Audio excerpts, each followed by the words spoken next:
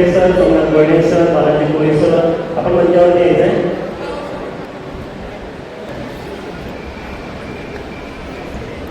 माननीय श्री श्रीराम आकोस्कर सर, प्रशासकीय अधिकारी पुणे पोलीस आयुक्त आकोस्कर सर. माननीय दत्ताभाऊ सुरवसे सर याला पण विनंती आहे. दत्ताभाऊ सुरवसे सर, आकोस्कर सर, बालाजी कोळी सर, सोमनाथ गोडे सर, आपण मंचावरती यायचं आहे.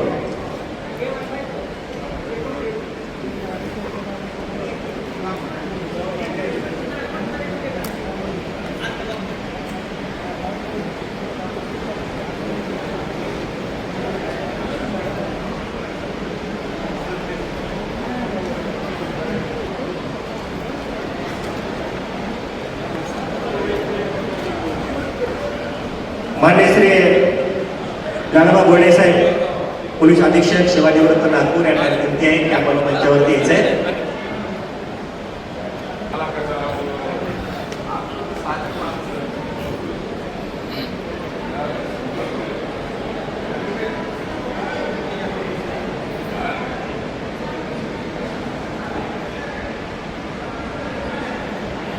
गोडे सर.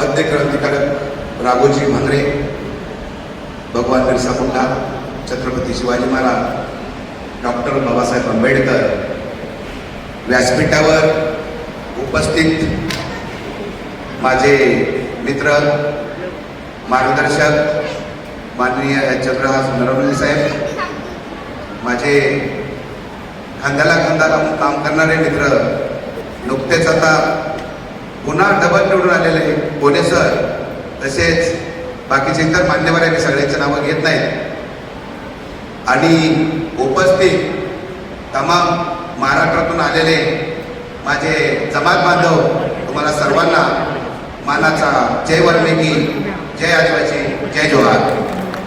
मित्रांनो, टाळ्या 25 आपल्या मुलासाठी किंवा मुलीसाठी स्थळ बघण्यासाठी, बरोबर आहे? बरोबर आहे का? झोपले काय? मी काय नाश्ता बिगर सोयी केलेले नाही, पाणी तरी पोहोचवले का नाही?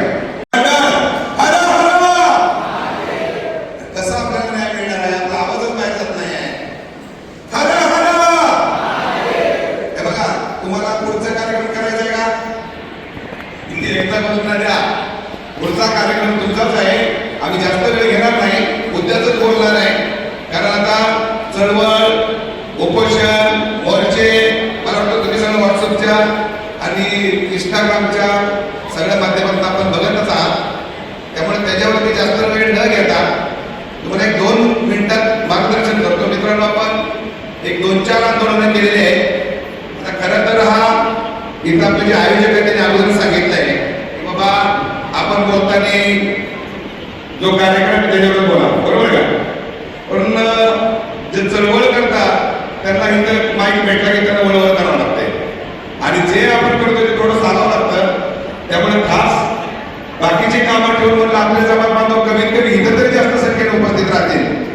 त्यामुळे मी आवर्जून कार्यक्रमाला उपस्थित आहे. कारण मित्रांनो, प्रत्येकाचं योगदान असल्याशिवाय आपल्या जमातीला न्याय मिळणार नाही. योगदान पाहिजे, कारण आपण नागपूरचं अधिवेशन केलं, ते चिरडण्याचा प्रयत्न केला, म्हणून आपण 23 तारखेचं मुंबईचं अधिवेशन आंदोलन घेतलं.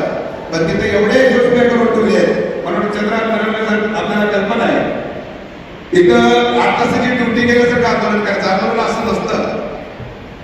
सकाळी 10 वाजता तुम्ही ग्राउंडमध्ये यायचं आणि 6 वाजता घरी जायचं. तरी पण आम्ही 3 दिवस तिथं आंदोलन केलं. पुढे 2 दिवस त्यांनी सुट्ट्या, आता सर्व 6 दिवसाच्या सुट्ट्या आहे, म्हणजे तिथं सुट्ट्या पण घेतली गेल्या जातात. आणि सर्व सार्वभौमत्वावरच आपले तिथे गदा आलेले आंदोलन करण्याच्या. तरी पण आम्ही आमच्या पद्धतीनं जे आंदोलन केलं ते शासनापर्यंत पोहोचवलंय. आतापर्यंत 4 ते 5 आमदारांनी आपला प्रश्न विधानसभेत मांडला, आणि त्या मांडलेल्या प्रश्नाच्या माध्यमातून मित्रांनो तुमच्या हाताला खूप मोठं लागलंय. मी परवा एक व्हिडिओ केला होता आणि व्हायरल केला. त्यात सगळ्यांना सांगितलं होतं की आपले आदिवासी कोळी जमातीचे बांधव असतील, कार्यकर्ते असतील, नेते असतील, जमेल त्यांना मी 114 पानाची PDF पाठवली होती. त्या PDF मध्ये काय होतं, आपण आदिवासी महादेव मल्हार डोर टोकरे कोळी कसे आहेत, आपल्या 1950 पूर्वीच्या सगळ्यांच्या नोंदी कोळी का झाल्या, हे सगळे एव्हिडन्स प्रूफ त्याच्यामध्ये आहेत. आणि विधिमंडळाचे जे अध्यक्ष आहेत त्या अध्यक्षांनी पहिल्यांदा 77 वर्षात महाराष्ट्रातील सर्व कलेक्टरांना आदेश केले किंवा तुमच्या जिल्ह्यात राहणारे सर्व आदिवासी महादेव मल्हार डोर टोकरे कोळी यांनी तुमच्याकडे काय प्रकरण दाखल केलेत का, 1950 पूर्वीच्या नोंदी त्यांच्या कोळी आहेत का, आणि असतील तर कशा झाले, या सगळ्या गोष्टी विचारल्या होत्या. आणि हे बघा, त्यांचं काम आहे, त्यांना जेवढी माहिती आहे तेवढी पुरवली. सगळी माहिती आपल्या एवढी ती देऊ शकत नाही. केलं आहे आमचे रमेश पिटकरोड सर निवेदनामध्ये होते, पुढे गेले, उभा राहा, यांच्या नावाने टाळ्या वाजवा. आता जे निवेदन बनवले त्या कमिटीमध्ये मेन आहेत आणि त्या निवेदन पूर्ण जसंच्या तसं विधिमंडळातनं कलेक्टरकडे आलं आणि कलेक्टरनं माहिती मागवली आणि ती माहिती त्यांना 2 दिवसात द्यायची होती, म्हणून त्याची PDF करून आपण सर्व महाराष्ट्रात पाठवली. गोष्टी सगळ्यांनी तर दिलेत, पण तुमच्या लातूर जिल्ह्याने दिली नाही. का दिली नाही मला काय माहित नाही, पण जाणं गरजेचं होतं. जर न गेल्यामुळं तेव्हा तुमच्या कलेक्टरने इथून पाठवले, प्रकरण दाखल नाही, आणि प्रकरण दाखल नाहीत म्हणून आम्ही ते प्रकरण नाकारलं नाही. आमचं इथं नेतृत्व बसलंय, या माणसाने 100 वेळा इथं आंदोलने केली, ती उपोषण केले जाणार, किती दिवस उपोषण केले का नाही, आणि किती दाखल्यासाठी इथं अप्लाय केलेले आहे. हा माणूस सरळ खोटं बोलतो. हे पाठवलेलं मेल आहे आता सध्या शासनाला, किती तारखेचं आहे, 27/2 आहे. इथं टायमिंग सहित असेल बघा. आणि याच्यात काय म्हणतोय तो कलेक्टर, 2003 यासह शासनाने दिलेल्या अद्ययावत शासन निर्णय परिपत्रकाचे सूचनेनुसार अनुसूचित जमाती या प्रभातील जमातीचे प्रमाणपत्र निर्गमित करण्यात येत आहे. येत आहे, पण आम्ही ते बंद केलं नाही. आणखी एक परिक्रम आहे होतो. किती जणांना भेटते तो, किती जणांना भेटते त्यांना